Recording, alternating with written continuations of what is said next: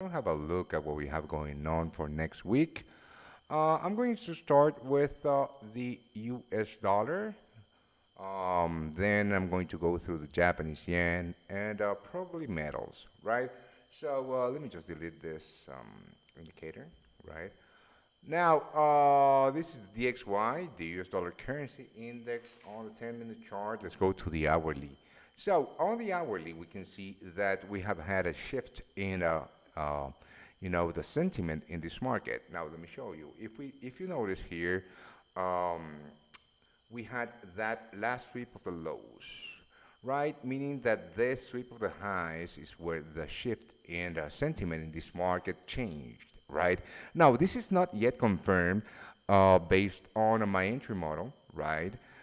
Because I need that break of the structure, right? A break of the highs here to confirm the long side or the bullish bias in this market. However, on the hourly chart, I can see a shift in the sentiment in this market. If we go to the 4-hour chart, right? Well, we can see that we do have a kind of a key level where this market has bounced from, right? Now this key level comes from March, the end of March, right? Where we saw buyers jump in, then sellers try to bring price down, and then we had that break to the upside. Now looking at a possible bounce again. Now let me just delete all the drawings here and come back to the 1-hour chart, and I'm going to tell you what I'm looking at for next week. So basically here, guys, here is or the break. I'm sorry, here. Here is that break of or the change and the sentiment of the market that I'm looking at. Right, like I told you before, I really need a break of the highs or a break of the structure in order to the bullish side to be confirmed. But looking at this on the lower time frames, let's go to the 15-minute chart. If we look at the lower time frames, right, the break of these highs with this very, very, very volatile candle or this very, very volatile move shows me that buyers might be in control. So what I'm looking at here is for longs, right? Longs on the US dollar. Of course, that that I don't chase the market. So what I'm looking at for is a pullback. Now, the way that I trade is that I buy into weakness and I sell into strength, meaning that most of my trades are limit orders, and that I only trade on pullbacks towards my entry levels. So where should I be looking for those? Let's have a look. I haven't looked at this chart just yet, right? So what I'm looking at here is this. Here's a breaker, and if you know me, right, what I look for are inefficiencies in the market, right? Gaps. The reason that I look for gaps for my entries is because the market has to price itself efficiently. So most of the times we are going to get those pullbacks towards those inefficient zones or imbalances. So basically, let's have a look at the 15-minute chart again. Basically, what I'm looking at here is this zone right here. Let me show you. There's two imbalances that I'm looking at. This is the first one, and here's the second one. So Lenovo wants me to what? I don't know. And the question is always, which one of those are you going to use for your entry, Orlando? Well, the answer is I am always going to use the imbalance closer to the actual, in this case, bullish order block that created this break of the structure. So basically what I'm looking at is longs around the 102, let's call it 102.30, because I do want to get filled. Of course that I wouldn't be looking at entering long on the DXY as a market. But if we in fact get this pullback, right? I will be looking for longs on the markets that I trade the US dollar with. So let's have a look at the Euro USD. And basically the same thing, guys, right? Going short on the Euro USD is basically going long on the US dollar. And looking at the 50-minute chart here on the Euro US dollar, there's a ton of liquidity here, which means that I will be looking at this zone, this inefficiency in the market around the 10970 for shorts, with of course stop losses above the structure high. Targets on these possible shorts would be here at this bullish breaker, which would mean that very possibly we could be looking at a, let's have a look, at a 3.7 R trade, right? Now, the pound US dollar is kind of sketchy at this moment. You know, the pound itself is kind of sketchy at this moment, and I wouldn't trade the US dollar on this particular instrument. US dollar, Canadian dollar, also not in my radar. Now, let's have a look at the Japanese yen. So the Japanese yen, oh, very, very bearish. So let's just delete the drawings. I actually took a short on the Japanese yen on Friday, and I took a long that closed a break even also on Friday, on a Wednesday here. But what am I looking here at the Japanese yen basket? Now, this market is extremely bearish, of course. So basically, even if I see a possible break of the structure and sentiment shift in this market, I wouldn't want to get long. The main reason is because of how strong the bullish trend is. So on the hourly chart, actually, I'm going to go to the 2-hour chart. There's no reason, a technical reason, why I shift from the hourly to the 2-hour chart. The only reason is because I want to have the entire price history on one chart without having to zoom in. So here, what I would want to see for possible shorts in this market is this. So here, I consider this just liquidity waiting to get taken out. Also these highs. And, the actual breaker, actually, I'm going to go to the 4-hour chart, maybe a little bit higher. No, yeah, maybe a little bit higher just to not have to zoom in on my chart. Right here, the 8-hour chart is fine. Looking for a key level here, right? Looking for a key level. Now, the key level that I could see working is this lows right here.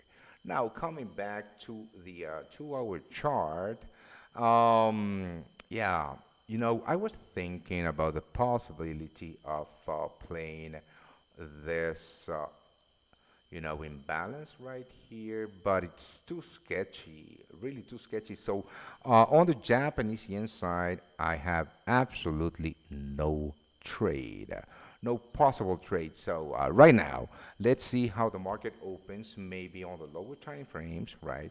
Maybe on the lower time frames, we could, in fact, find a possible setup, but for the time being, the Japanese yen is a no-go for me. Now let's have a look at gold. So on Friday, I took this longs on gold, hit targets very nicely, and the question is this market, has this market shift from bullish to bearish? And the actual answer is, I don't know. No one actually knows, right? Never, ever, ever trade on what you think the market is doing or is going to do, right? Only trade what you actually see on your charts. So,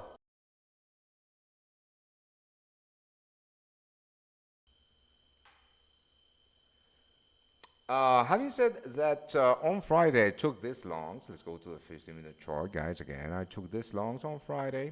Here was my entry on Friday. Right here, spot on long with my stop losses below the structured low, right? Of a key level, a very strong key level, always. So what I'm looking at here are, again, possible longs.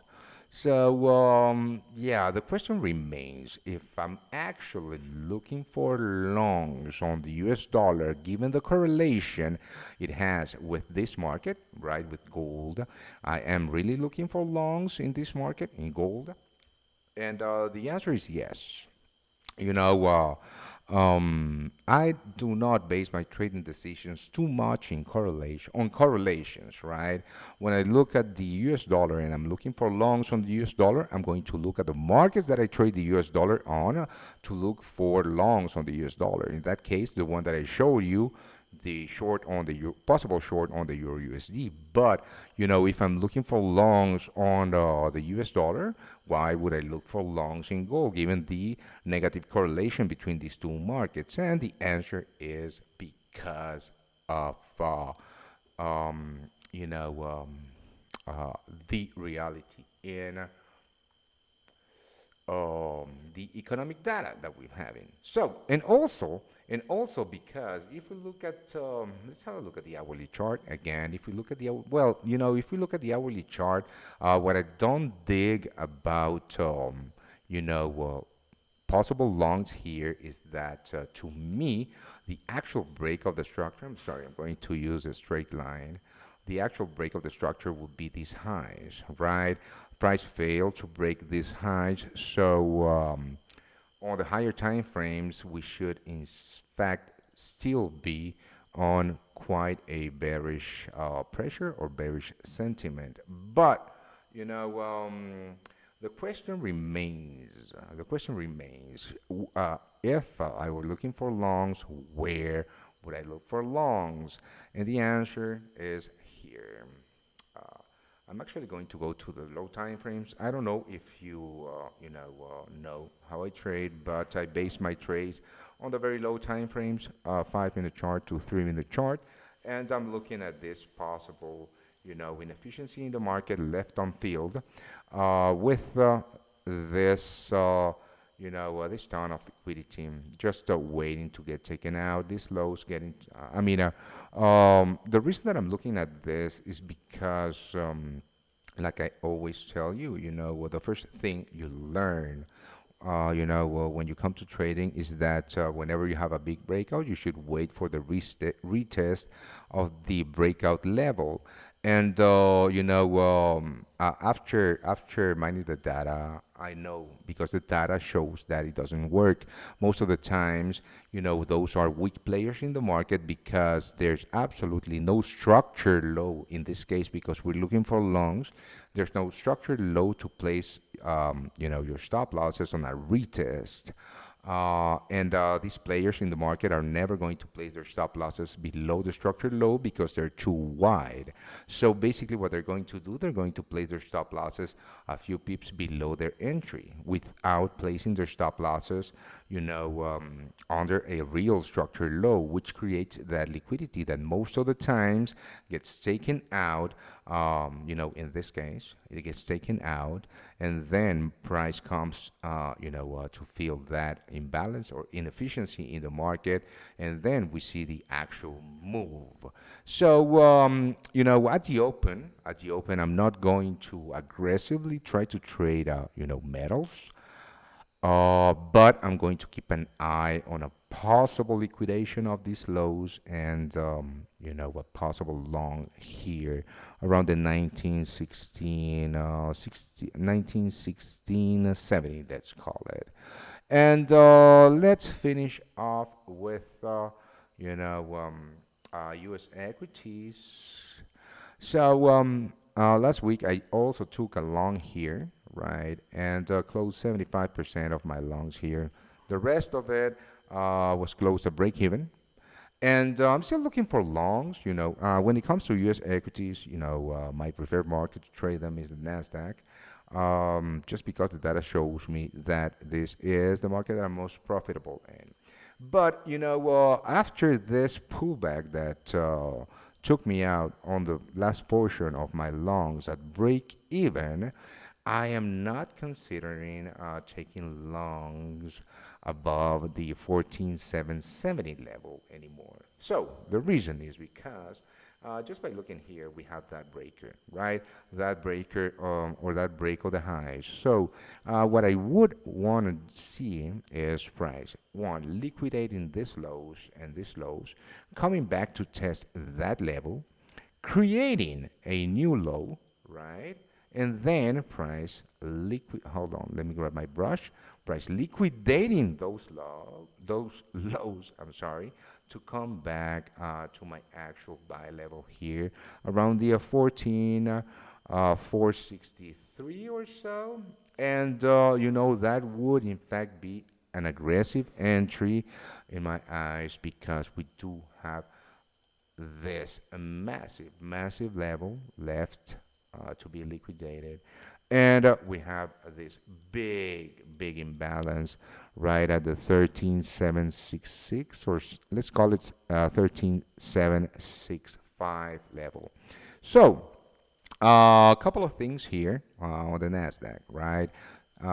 Should price come down here, liquidate these lows, right, and create these lows, very possibly we are going to get an entry short here, right?